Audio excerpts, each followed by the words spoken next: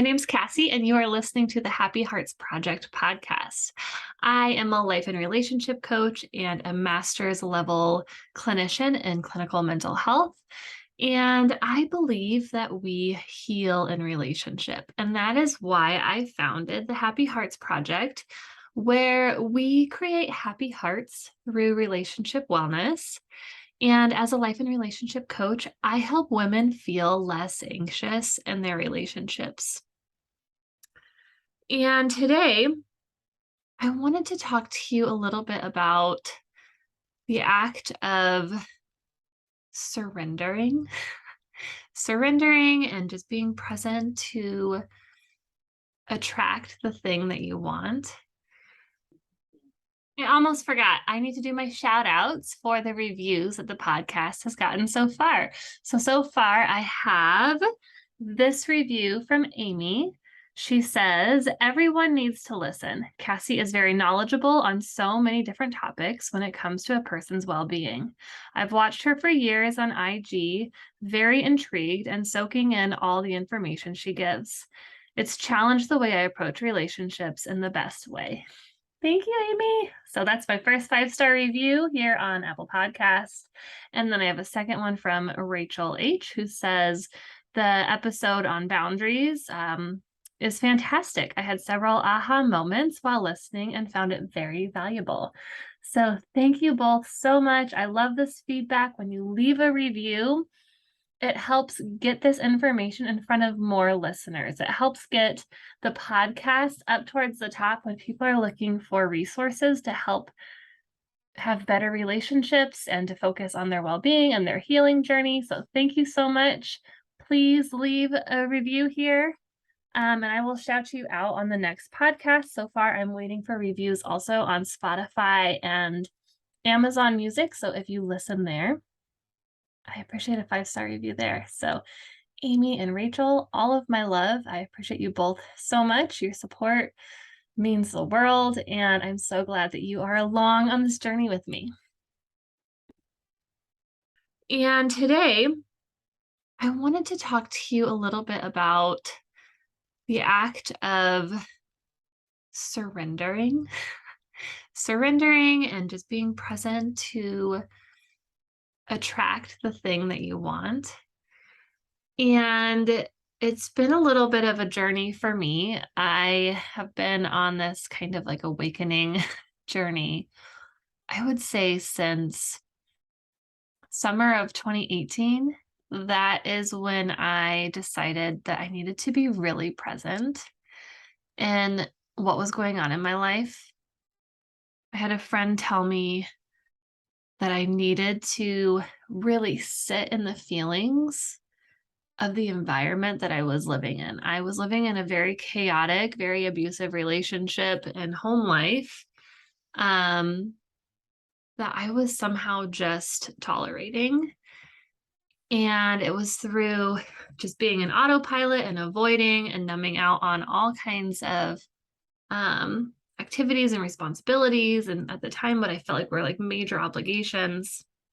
And once I was able to turn that off and really sit with the emotion and to take really full accountability for how I was creating the experience that I was in, that's when things really started to change in my life. I began to realize more of my value and my worth, and started to make a lot better decisions for myself. And that has gotten me where I am now, which is essentially I am in a brand new, loving, and supportive relationship. I have moved across the country. I am a business owner, and I am following my dreams, doing work that I couldn't have imagined was possible for me 5 years ago. And I have created an insane sense of community. And while I feel really genuinely happy, content, purposeful, and aligned, I still get the urge to control things. I get a really deep-seated feeling and belief that overcompensating, overdoing, creating a need for myself to fill is how I can let others see like my own value and to feel chosen and accepted. And it's like a constant lesson that I'm learning for myself over and over again. And so recently, what this has looked like is like an over functioning in my business and like an obsession with the work I do, which I think can be good and bad. Like there's a lot of 50 and 50-50 to everything. Like I love that my work lights me up. I love that I find it to be really empowering and meaningful. I love the people that it has brought into my life. It doesn't feel like work. Like I will get inspired at 7 o'clock on Sunday and I don't begrudgingly like go to work. I feel like I have to put it all out right now because it's lighting me up. It's something that's generating so deeply from inside of me that I have to put it out into the world, right? Like that's a good feeling. But I've been recognizing more and more how I have been putting out, and doing so much action that I'm forgetting to tap into myself. I'm forgetting to just be. I'm forgetting to just attract and allow the things that I want to create for myself to come for me. And this message has been clearly stated to me repeatedly in like the last few weeks. I've had a lot of moments of synchronicity where I know that I'm on the right path. I know that I am making the right choices as far as where I'm going with my business and my life. Like all of that feels really aligned. But I've been getting these messages to just like slow down and just be and to take care of myself. And so I've decided that this week is all about feeling good. It's all about feeling good. And what I mean by that doesn't mean that I just get to do whatever I want and overindulge. What I mean is that I am prioritizing this sense of like, I am worthy to feel the way that I want to feel now, whether or not I'm receiving the things that I'm working for. I get to feel whatever it is, whatever the emotion is. And so I wanted to talk about some of the things that I have done just in the last few days to really center in on like what it is to feel good. And I want to give an example from a conversation I had at the end of last week about ways that we fail to like make ourselves feel good and to raise our vibrations and to be present and available to attract what it is that we want. So I have a client slash friend who is just going through a lot of chaos. And she also identifies as like over functioning in her work. And she called me that morning, just super overwhelmed. We're processing a bunch of feelings that she has going on. And like I said, she's my friend. So it was appropriate conversation to have with my friend at the time. And she says to me, I called in to work this morning, but I need to go in this afternoon, even though like it's the last thing that it feels like I want to do. And we dug in a little bit into the like, what are the beliefs that are creating the need for you to go into work right now? And it really got down to the fact that she doesn't feel worthy. If she doesn't go to work, she's not going to feel worthy. And so I reminded her that she was making decisions from that place and not from a place of like love and acceptance. And she said, oh my gosh, you're right. Like, I need to stay home. I need to rest. I need to prepare for a couple of things that I want to feel really ready for that are happening in the next couple of days. You're right. I'm going to call off work and I'm going to take time for myself. And I think it's so easy for us when we're in that over-functioning autopilot mode and we don't create space for us to feel the emotions that we're feeling. We start reacting. We start reacting to those feelings of unworthiness, of disbelief in what's possible for us. We start reacting to those through over functioning. And so today, well, yesterday, I decided was like the first day of prioritizing feeling good. And I had a few moments of clarity that I want to share with you from yesterday. So, yesterday I was in the kitchen and I struggle with the dishes. I feel like there are always dishes to do. I hate the dishes. I hate doing the dishes. It's even led to the point where like I don't want to cook or meal prep because I know I have to clean the kitchen afterwards. And yesterday morning I was standing in my kitchen, like I had this sensation of like frustration in my body where I was like, oh my gosh, these dishes are really bothering me. And then I thought, Cassie, they wouldn't bother you if you clean them. If you just clean the kitchen right now, you would actually feel really good. When I think I have that initial thought of like, oh my God, I hate the dishes, I want to avoid, that's when the dishes just get worse and I resent them even more. But I was like, what if I do the dishes from the place of like, it's going to feel really good to see a beautifully clean kitchen, right? So that was like experience number one of my day of prioritizing feeling good, because I didn't set out thinking, oh, I'm going to clean today because it's going to make me feel better. I was like, I'm going to do whatever it is that I know is going to raise my vibration and help me just feel just more peace and more joy, more like contentment and purpose within myself. And so I did the dishes. And then I thought, you know what? I want to put on clothes that make me feel good. I want to put on clothes that make me feel like the person that I see myself as. Even though it's Sunday and we're not really doing much, we were going to go see a movie at the mall and kind of hang out around town, which usually I would just like throw on some tights and a sweatshirt, and that's totally fine. But I realized that when I dress that way, I don't really feel good about myself. I feel not very put together. I don't feel great, right? And I was like, no, I want to feel good. And so I put on these brand new pants that I just got at Target. And I actually want to tell you about these pants too.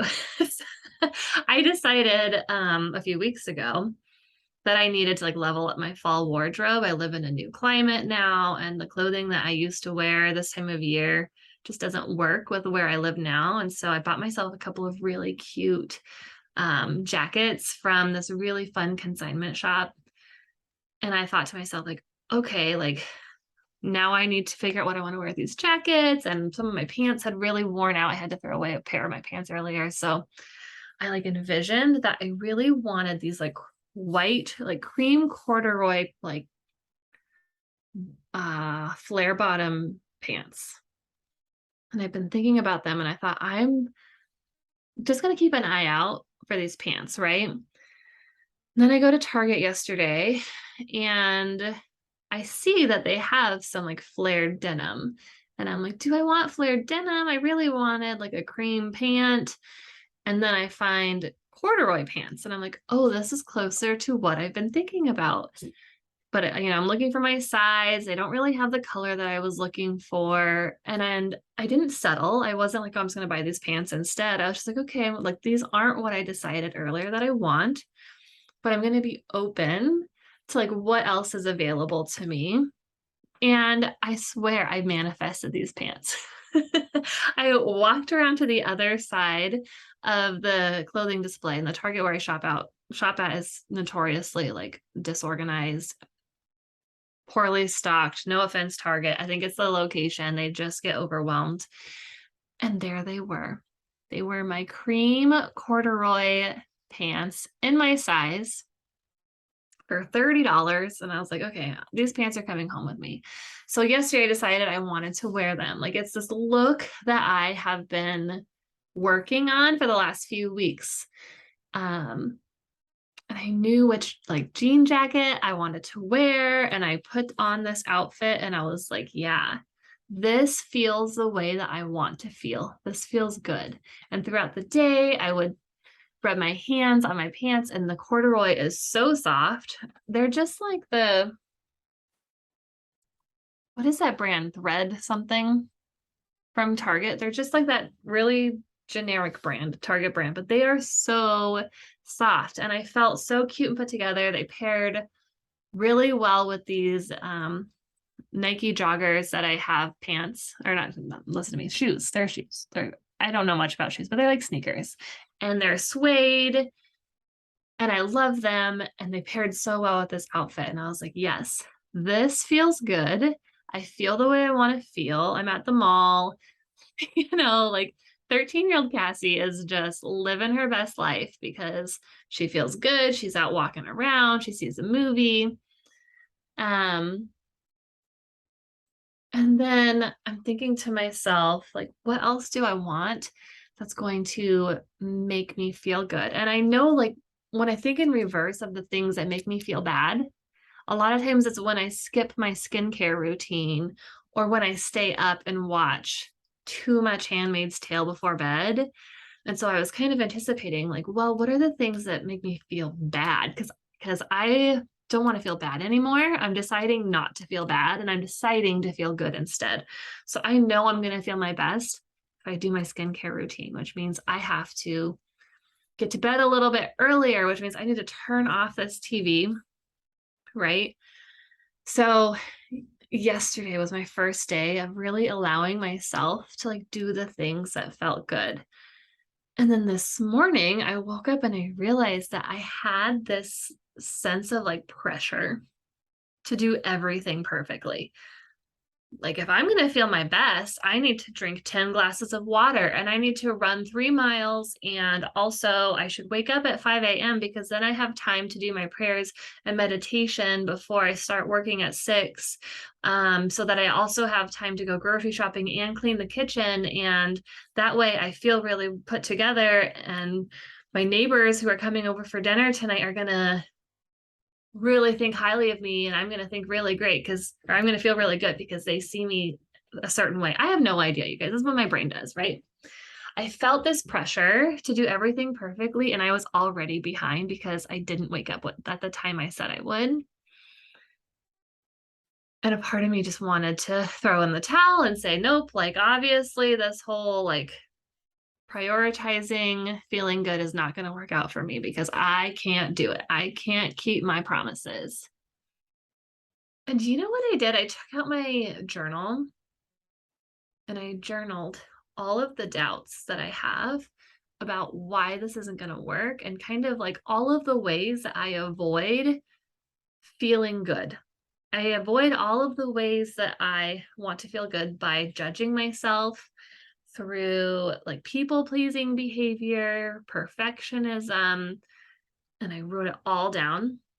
And I just decided that those things weren't going to be a problem today. They're just not going to be a problem.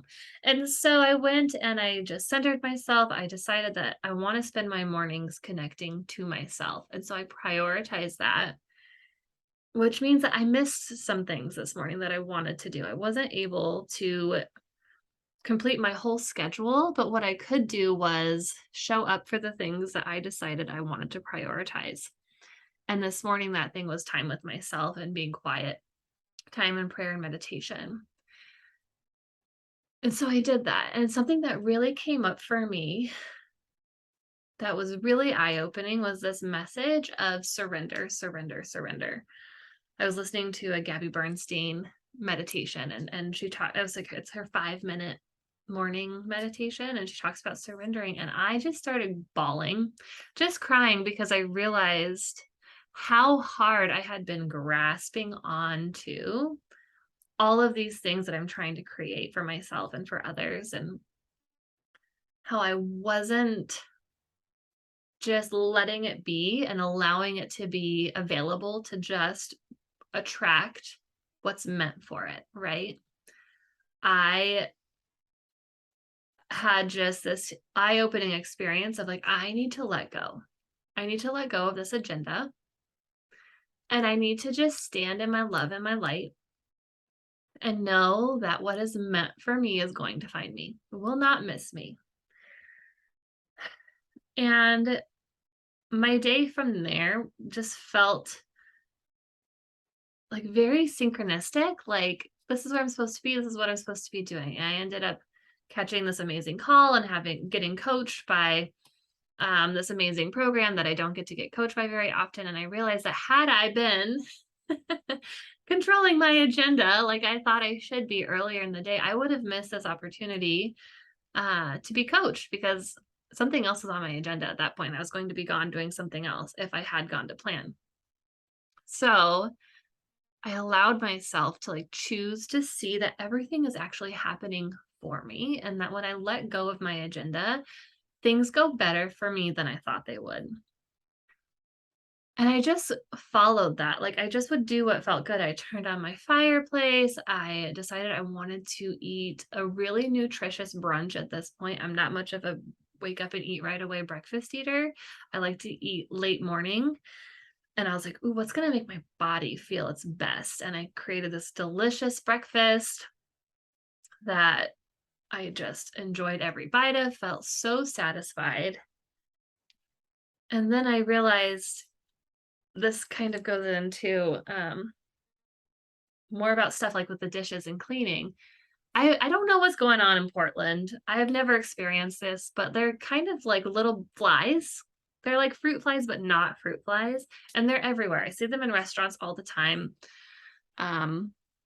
They've been in my kitchen. And it's like I've been trying to kill them and swat them. Like I've been doing like very surfacey attempts to take care of these flies. Like, they're swarming in my flowers. I'll just throw my flowers away. Oh, I'll just clean out, I'll rinse out the sink. I'll make sure all my food's thrown away, whatever. But these flies just kept coming back and I keep trying to swat them and here they still are. And so finally today I was like, what would feel really good is if I deep cleaned my kitchen. There's this spot. I don't know if you guys can imagine, but underneath underneath my sink, my cabinet, I have pullouts for the trash and for the recycling. And I've been noticing over time how much gunk is just building up underneath my sink around these trash cans. And I'm thinking to myself, no wonder I have these dumb flies. Like, I need to deep clean my trash cans. And so I was working on that this morning and I just thought, this is going to feel so good to open up under my sink and just see clean. Like, everything's organized, everything's wiped down. There are no crumbs, no little pieces of trash. It just feels good. And so I did that. And I was like kind of chuckling at myself at how I had been like swatting at these flies. Like, how often do we do that? We're like swatting at like what we think the issue is when really like we need to do a deep clean of like our energy and the way that we're approaching the world. Because swatting at flies is not going to keep them away, but deep cleaning your trash cans and your cabinets and your counters and making sure that all of your food is packed up well, right? Like, that is the type of energy cleansing that we need to do in order to like get rid of these annoying, troublesome little beliefs that fly around our head and keep us, in harm's way, or not really in harm's way, but like annoyed, right? So yeah, I am on day 2 of prioritizing feeling good. And it's actually quite uncomfortable. It's quite uncomfortable because my brain keeps saying like, well, but you should be doing. What could you be doing? What book could you be reading about how to grow your business or whatever, right? Like, I just become so obsessed with my business. People will ask me, how are you? And I'm like, my business is doing great. Thanks. I signed 2 clients. I'm doing great. Thanks. Like, I've become so enmeshed that I'm forgetting to just be. And it is becoming very apparent how uncomfortable it is for me to just allow, for me to know that I have put in so much groundwork, that everything that I've created is still working for me, that I don't need to have a pulse on everything all the time. And it makes me chuckle because it's what I teach my clients all the time. Like, over functioning in relationship and at work are not actually going to produce the results that you want. They're not. Like, that's how we get resentment. That's how we start to feel frustrated and disappointed. And a lot of times our feelings have a place and there's information, and those feelings are meant to be felt and experienced. But how are we blocking our own ability to attract and to enjoy the things that are meant for us? Because we are so busy swatting away at flies instead of doing the deep cleaning to make ourselves available to receive it. And so this is just an invitation to all of us to have more fun, to allow ourselves to feel good. And it's bringing me back to the post I just put on social media over the weekend. It's titled Never Been Kissed.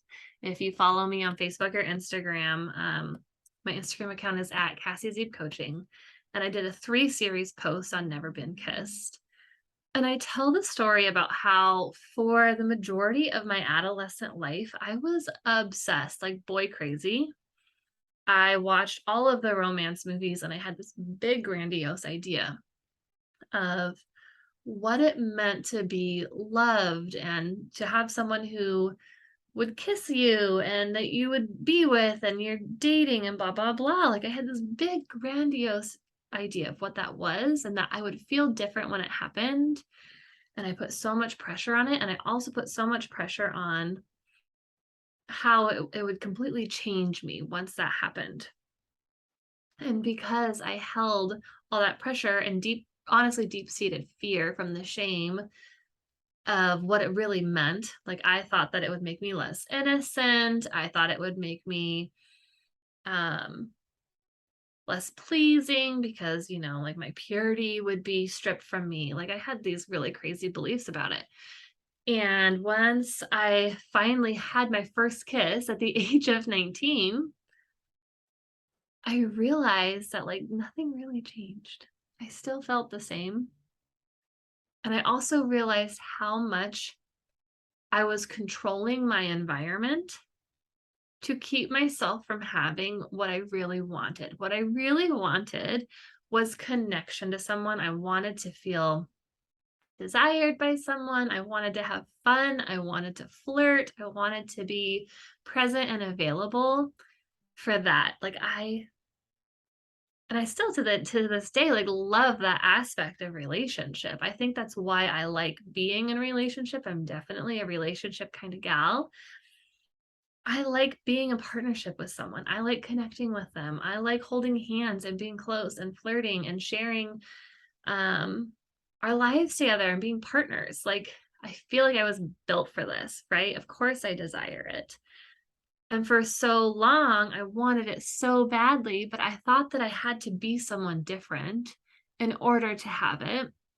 And that was really scary. And so I kept it at an arm's reach, where outside of reach. How could I avoid? And it really just, all it did was validate like the shame and the grief that I carried. It just reinforced that.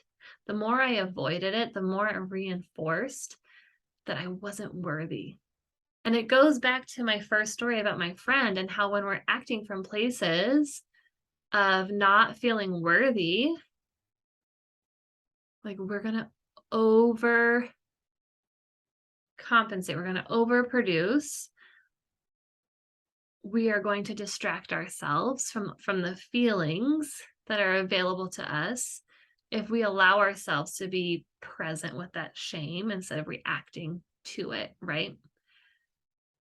And I just want you to know that, like, by allowing yourself to feel the thing, to like acknowledge, like, underneath my kitchen sink is a disgusting trash pit that needs to be vacuumed and wiped out and soaped. Like, once I could get to the place of like recognizing that and sitting with it, I can clean it out. But you have to acknowledge it first.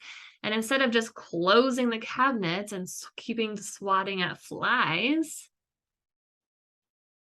I could give it a little deep clean. I could give it some love. And now when I open my cabinets, it's sparkly clean and organized and there are no flies, right? Like, that's what it means to prioritize feeling good, is that you are willing to sit with whatever the discomfort is. You're willing to acknowledge it, to say, hey, I see what's going on here. What do I need? What do I need? Oh, I need to just sit with my emotion. I need to turn on the fireplace and take out my journal and write some stuff down. I need to go for a walk. I need to drink a big glass of water. I need to make sure that I go to bed on time tonight so that tomorrow I feel better in the morning, right? So this is my invitation for you to join me. I do this with my clients on a weekly basis, sometimes even daily. We do individual one-on-one private coaching when we really get into with probing questions and the coaching model that I use. We really get into like, what are the underlying thoughts, feelings, and beliefs that you're taking action from? What does that part of you need? And how can we create what you would prefer? And for my clients right now, it's women who want to feel better in their relationships, whether they are dating or married or their relationships at work. I have probably half of my clients are business owners, and I find a lot of overlap between our relationship to people and our relationship with our work. So I'm helping women navigate their workplace. I'm helping women navigate their relationships at home. I'm helping them navigate their relationships with themselves. And so if you are ready to start feeling better, if you want to prioritize feeling better, I can help. I do it every day, and my clients are experiencing insane shifts. They're feeling a lot less reactive to situations. They're feeling more prepared. And here's the other thing that I think actually really makes a difference is that they're learning to trust themselves. And one client like asked me recently, how will I know when something is for me? How will I know? Because I still feel so reactive. Everything feels a little bit triggering. And I told her it's because you get to know yourself. It's because you lean into who you are, what you know are the values and beliefs that you want to carry around you into your relationships and into this world. And it's going to become really clear whether or not those things align. Because when you have a reaction to something, it's going to become easier for you to recognize, where is this coming from? Is this my own hurt? Is this my own wound? Or is this something that's out of alignment for me? Something that I'm not interested in? Something that isn't going to serve me? Your awareness alone is the most effective tool that you can have. So that's what we do in coaching, is we develop that awareness, and then we develop your toolbox of what are the things that make you feel good, that align your energy and your vibration and your beliefs and your mindset to the things that you actually want to create in the world. Because when you're in coaching, you become very aware of how your thoughts and beliefs are creating the emotions that your actions are responding to. Like, we take our actions are motivated based on how we're feeling, and our actions create our outcomes. So quite literally, it is our thoughts and feelings that are creating our realities. So what we do in coaching is we become really clear on what are we creating, what would we rather create, and how do I need to be willing to feel to do that. It goes hand in hand with like, I've got to feel all the junk that comes up.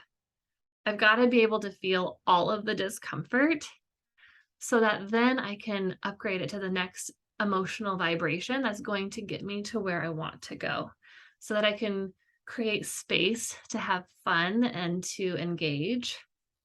Because that's another huge part of feeling good is having fun and being playful and being present.